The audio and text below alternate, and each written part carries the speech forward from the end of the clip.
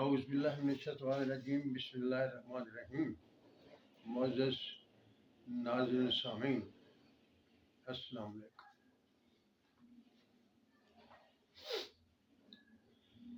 آپ لوگوں نے بھی اکثر سنا ہوگا، میں نے بھی سنا ہے،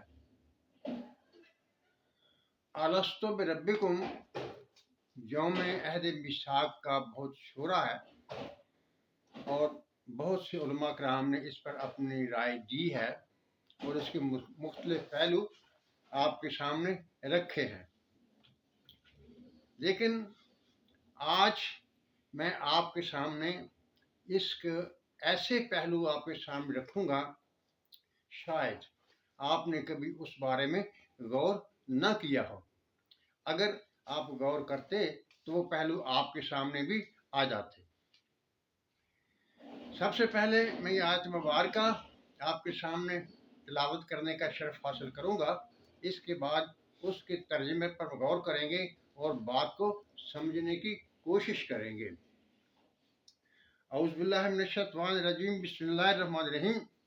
وَإِذْ أَخَذَ رَبُّكَ مِن بَنِي آدَمَ مِن ظُهُورِهِمْ ذُرِّيَّتَهُمْ وَأَشْهَدَهُمْ عَلَىٰ أَنفُسِهِمْ أَلَسْتُ بِرَبِّكُمْ قَالُوا بَلَىٰ. اس کا ترجمہ: جب تیرے رب نے بنی آدم کی پشتوں میں سے ان کی اولادوں کو نکالا اور ان سے اپنی ذات پر گواہی لی، کیا میں تمہارا رب ہوں؟ سب نے کہا ہاں. یہ ہے وہ آیت مبارکہ جس میں عہد الست کا ذکر کیا گیا ہے. دیکھیے، آدم علیہ السلام کی تخلیق تو ایک الگ طرح سے ہوئی. اللہ تعالیٰ نے اسے بنایا، سنوارا اور اپنی اس میں روح پھونک دی، اور پھر اس کو جنت میں بھیج دیا، اور اس کی بیوی حضرت اما حوا کو بھی ان کے ساتھ جنت میں بھیجا، جن کو ان کی پسلی سے تخلیق کیا گیا تھا. جب جنت میں ان سے خطا ہو گئی تو ان کو زمین پر بھیج دیا گیا. اب یہ غور کرنے والی بات ہے کہ یہ جو الست بربکم کا وعدہ ہے، عہد ہے، یہ رب نے کب لیا تھا؟ یعنی آیت مبارکہ جو بیان کر رہی ہے اس میں اللہ تعالیٰ یہ کہہ رہے ہیں کہ جب بنی آدم کی پشتوں میں سے ان کی اولاد کو نکالا، یعنی اس میں سے آدم علیہ السلام کو اللہ تعالیٰ نے خارج کر دیا. جب بنی آدم ہوئے تو آدم کے بیٹے ہوئے، آدم کے بیٹوں کی پشتوں سے نکالا. جب آدم کے بیٹوں کا ذکر ہوا تو اس کا مطلب یہ ہے کہ جب حضرت آدم علیہ السلام آسمانوں پر تھے تو ان کے تو کوئی بیٹے نہیں تھے. بیٹے تو اس وقت ہوئے جب وہ زمین پر آئے، اور جب وہ زمین پر آئے اور آپ کے بیٹے ہوئے تو ان بیٹوں کی پشتوں میں سے ان کی اولادوں کی روحوں کو نکالا تو ان سے سوال کیا گیا، جس کا جواب انہوں نے دیا ہاں کہ آپ ہمارے رب ہیں. یہ بھی اس میں سے اخذ کیا جا سکتا ہے کہ اللہ تعالیٰ نے آسمانوں پر آدم علیہ السلام کی اولادوں، ان کے بیٹوں کو عالم ارواح میں ان کو نکالا اور ان سے ان کی پشتوں میں سے ان کی اولادوں کو نکالا اور ان سے عہد لے لیا. اس آیت مبارکہ میں اس بات کا ذکر نہیں ملتا کہ ان کا آسمانوں پر عہد لیا گیا تھا یا زمین پر عہد لیا گیا تھا، لیکن بات صرف یہ واضح ہوتی ہے کہ بنی آدم کی پشتوں میں سے، یعنی آدم علیہ السلام کو اس میں سے الگ کر دیا گیا. جب بنی آدم کے بیٹوں کی پشتوں میں سے نکالا گیا ان کی اولادوں کی روحوں کو، جس کا مطلب یہ ہوا کہ آدم علیہ السلام کے بیٹے بھی اس عہد سے الگ ہو گئے.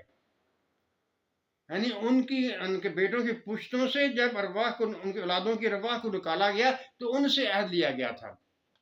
یعنی آدم علیہ السلام اور آپ کے بیٹے بھی اس عہد سے الگ ہو گئے. آگے اور بات، جیسا اللہ تعالیٰ نے اس سے آگے فرمایا ہے کہ تم कभी ये ना कहना कि हमें इसका इल्म नहीं था। यानी आपको वो अहद है उसको भूलना नहीं है, उसको याद रखना है। और दूसरी बात जो याद रखने की अहम बात है वो ये है कि इस अहद के फरीकैन कौन कौन से थे।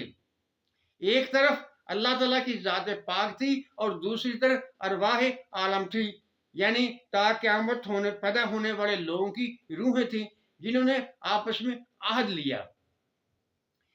बाज लोगों से मैंने ये सुना है, हो सकता है कि ये अहद वो अहद हो जो अंबिया किराम अपनी उम्मतों से करते हैं, यानी तौहीद के मामले में। जब हम ये गौर करते हैं कि इसके फरीकैन कौन है, तो उसमें एक फरीक अल्लाह ताला की ज़ात है और दूसरा फरीक ता क़यामत इंसानों की रूहों से ये आपस में अहद हुआ था। लिहाजा इसमें से अंबिया और उम्मत का अहद जो है वो खारिज हो जाता है, उसकी कोई वक़्त नहीं रहती। ये अहद सिर्फ अल्लाह ताला की ज़ात और अरवाह के दरमियान था।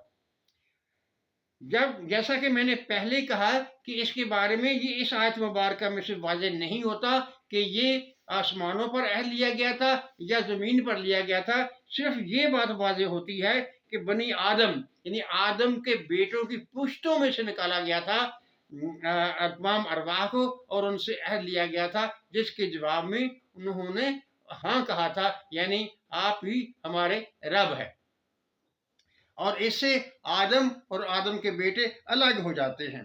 बनी आदम का लफ्ज़ ये ज़ाहिर करता है कि जब अरवाह को बनी आदम की पुश्तों में से निकाला गया तो वो उनके बेटों की पुश्तों से निकाला गया था, तो वो भी इसमें से अलग हुई। अब अगर कोई आदमी बनी आदम से तमाम नौ इंसानी मिला लेता है, क्योंकि सभी लोग हज़रत आदम अलैहिस्सलाम की औलाद में से हैं, तो उनकी पुश्तों में से निकाला गया, तो ये भी बात ठीक है।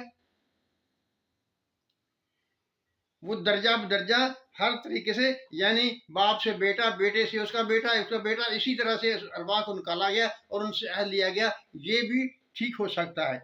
लेकिन ज़ाहिर अल्फाज जो जिस तरफ इशारा करते हैं वो यही बात है जो मैंने पहले की है कि आदम और उसके बेटे, आदम को छोड़कर उसके आदम के बेटों की पुश्त से अरवाह से निकाला गया और उनसे अहद लिया गया, तो इस तरह आदम और आदम के बेटे उसे आज से अलग हो गए।